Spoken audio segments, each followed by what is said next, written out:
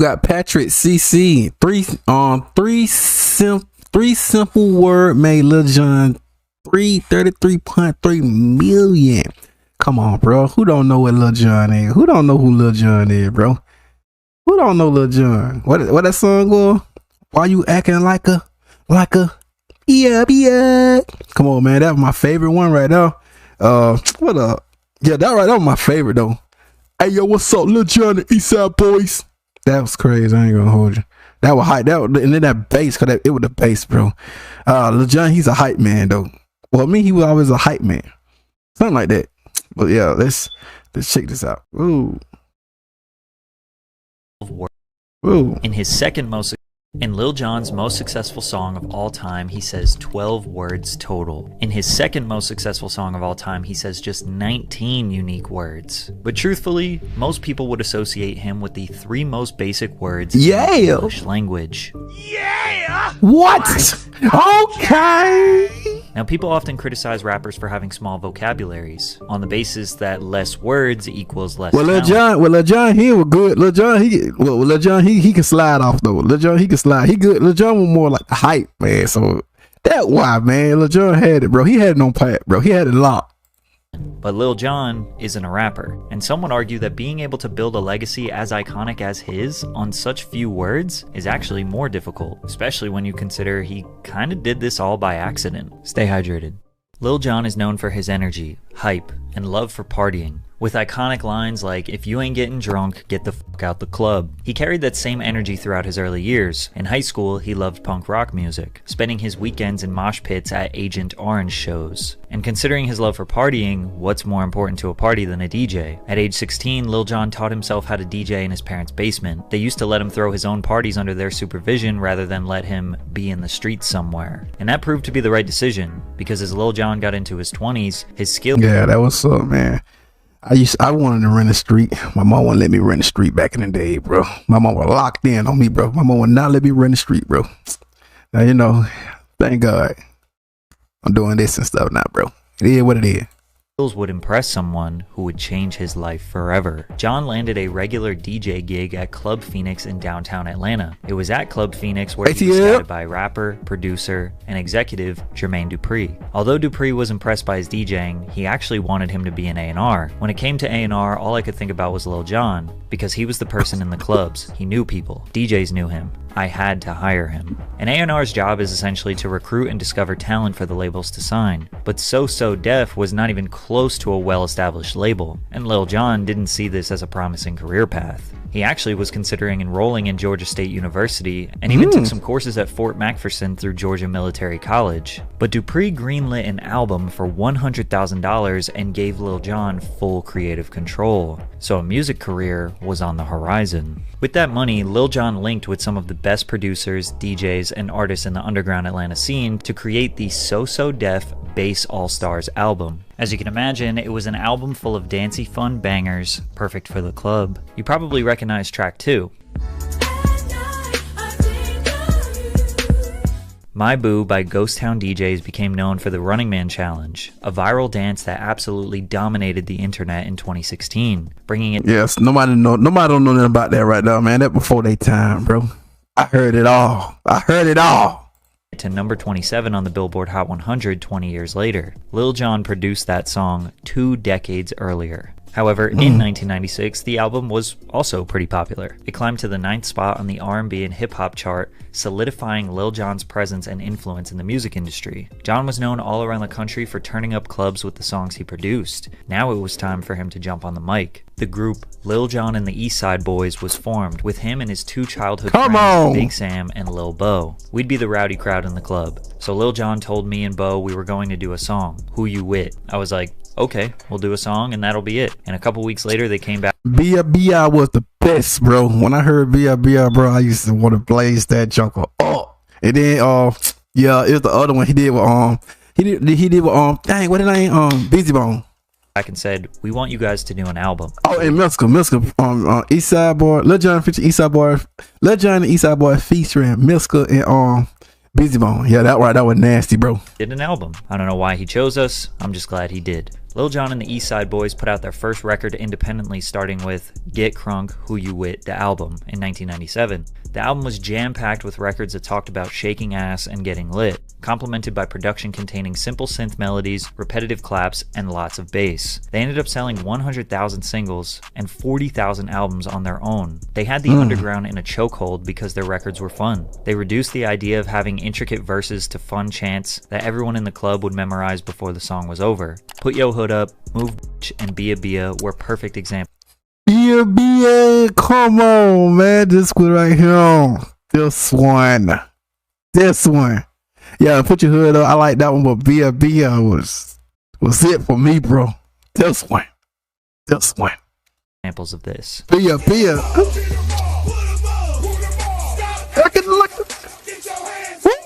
But even still, by this point, Lil Jon never considered himself a rapper, which is ironic because this was arguably the most rapping he ever did, and would ever do in his career. Bro, that one right there was so hard, bro. When I first heard, I'm like, yeah, that's him. He's him. Crunk music when that hype got a hot beat, a hot hook, and something people it was like him and E40. Dance along with. Crunk is best defined as a fusion of Miami bass and Memphis buck roughneck chants backed with 808 beats and humming bass. Lil Jon was able to fuse the energy of bass music with street rap and came up with Crunk. But most of us were introduced to Lil Jon in 2002 with the track Get Low alongside the Yin Yang Twins on the album Nice.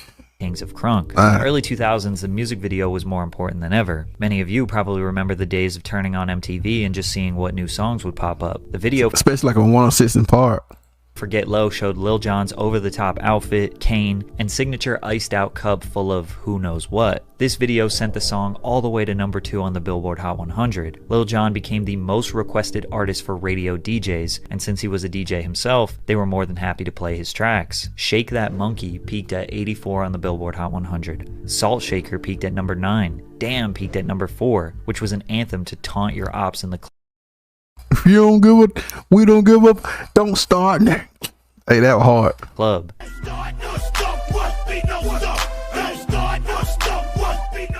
2003, Lil Jon was on fire, and everyone in the industry wanted him on their song if they wanted it to go crazy. Come on, who did like that, bro?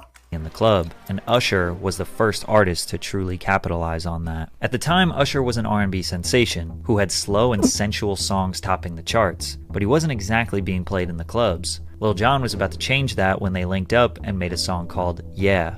Boy, they still play that song. They still play that song in the club. Boy, that's like a casual play now. With the hook focusing on one of Jon's iconic ad-libs repeating 12 times. But they needed a rapper to certify this as a club smash, so they sent it over to Ludacris. Lil Jon sent me the record, you know, with Usher's lyrics on there. Another record instantly, as soon as I heard it, I was in my house in Atlanta. Instantly, I was like, this shit is out of here. It took me no time to write my verse for it. And I was like, this is such a smash, I gotta be on more than just a verse. Yeah spent an astonishing 12 weeks at the #1 spot on the Billboard Hot 100. Yeah is a true anthem of the early 2000s and at every awkward middle school dance. It was on every list of the top songs of the decade and is easily one of the most iconic hip-hop club records of all time. I promise you, they still play it. I told you, they still play that. They play that every time you go out, they play that. Well, I'm cool with it, though. From there, he had even more Billboard success with songs named after his ad-libs, Let's Go and Okay. He also had Kulo with Pitbull, Lovers and Friends, and What You Gonna Do, whether it was a song to get the gangsters hype or the late... What You Gonna Do was always mine, bro. That it was on 106 in Park. They came #1, but I was so happy when they came #1. Like, let's go. Ladies to dance. Lil Jon had the music industry in the palm of his hands. But it wasn't technically his music that solidified Lil Jon as a cultural phenomenon. It was Dave Chappelle. On Season 2, Episode 6 of The Chappelle Show, Dave premiered a skit called A Moment in the Life of Lil Jon. Are you checking any luggage today, sir? Yeah! What? Bags yourself. What? Bags have been in your possession the whole time? What? I'll never forget the morning after this episode aired. It seemed like everyone in my school was mimicking this skit, yelling what, yeah, and okay. Because of Dave Chappelle, people who had no idea who Lil Jon was knew him as the guy who said what, yeah, and okay. A moment in the life of Lil Jon became a go-to recurring bit for Dave's show. He reimagined the skit in season 2 episode 7 and episode 13 alongside the real Lil Jon. Keep in mind, the Chappelle show averaged 3.1 million viewers per episode in 2004, just shy of Saturday Night Live's 3.7 million, but his cultural impact reached far and beyond that. At the time, Dave Chappelle was comedy. Whatever he thought was funny, America thought was funny. And Lil Jon was one of the most successful bits he ever did. John even says Dave changed his life. I was talking about it to him that night, you know, every time I see him, I tell him, you know, like that night, I was like, you ruined my life. Now the reason why Lil Jon jokingly says Dave ruined his life is because of, well, this. What? Nigga, you sound like a bird. It's like, what? Nigga, you sound like a fucking dying bird. Is there anything that you say that you get so annoyed with that fans scream to you? What? Yeah. What is the most annoying ever? Lil Jon was kind of turned into a meme, which definitely helped his brand recognition, but was likely very annoying over the years to have random people shout at you obnoxiously when you're at the airport or dinner with your family. To make things even worse, the crunk era was dying quickly. For the next few years, Lil Jon had some popular songs in rotation, such as Girl Fight, Snap Your Fingers, and Go to Church. Although I love Go to Church, bro. Everything, bro. Songs in rotation, such as Girl Fight. Bro, ever since they had played Girl Fight, high school, when they played, ever since this song right here came out, high school day, bro, been never female fighting. It been never female fighting. But we be like, oh. Ever since this song right here, it been never female fights. Fight, Snap Your Fingers, and Go to Church. Although the songs made during the snap/crunk era are nostalgic to look back on, the subgenre was very one-dimensional, and it's honestly surprising how long it remained popular. Songs were repetitive, with basic call and response chants, the beats all started to sound the same, and artists lacked the versatility necessary to maintain a fan base. And although Lil Jon was a pioneer of the genre, he needed to pivot, or he would get left behind. Since Jon was a producer, he was able to stay in the mix with people who were pushing the next sound, and as we approached the 2010s, we got this new wave of feel-good rap, pop, dance, and cheesy electronic sounds coming from the likes of Flo Rida, Pitbull, and LMFAO. These iconic, I like Pitbull too, now I ain't gonna hold you. Songs became timeless wedding and prom I like Pitbull. Pitbull cool too. bangers, and Lil Jon's iconic ad-libs and hype energy fit right into these tunes. Crazy, the anthem, Do You Remember, and you can't forget the legendary Shots. Oh, bro, that's everywhere, bro. Shot.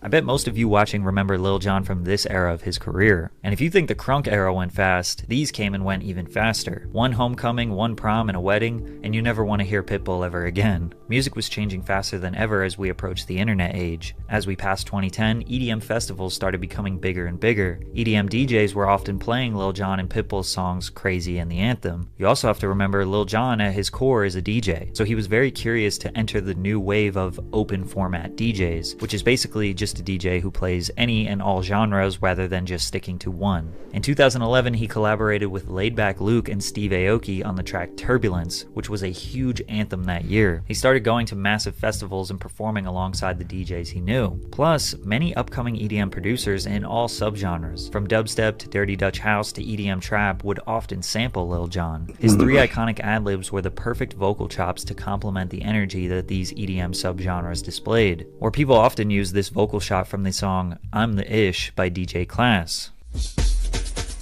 Put your fucking hands up! This was the go-to sample right before the beat drop in like 50% of EDM songs that year. But the one EDM track that changed his life was one sent over from DJ Snake. Snake sent Lil Jon a track that had a sample from Redman that said, This the countdown, bang the underground. He wanted Lil Jon to just re-say this phrase, but Jon didn't think the sample fit the energy of the track. On his first listen, he just blurted out, "Turned down for what?" and knew it was a smash. Only Lil Jon can say 4 words into a mic and know that it's going to be a hit record. He added 8 more words that most of you probably don't even care about. Fire up that loud, another round of shots. But DJ Snake didn't like it. Jon asked Snake to just trust him. They started playing the song at their DJ sets, and the crowd would go nuts. It was one of the few records I've ever had that when I played it in my sets, every time another DJ came up to me like, yo, Begging. what is that? Yes, Let me begging. get that. Let me get that. This song's popularity was also accelerated by Vine users, with the first lady even making a video to it. Turn up for what? 10 years after his first #1 song with Usher, Lil Jon went #1 on the Billboard Hot Dance and Electronic chart for 12 weeks. 1 week for every word he said on the song. Lil Jon was already an icon in hip-hop. This record made him an icon in EDM, and these days he has a much bigger presence there than in hip-hop. EDM DJs will send him a record to scream one of his iconic phrases before the drop, and he takes 50% of the revenue for the song. And he That's not bad. That's not bad. Deserves it, because a Lil Jon sample will always get people rowdy.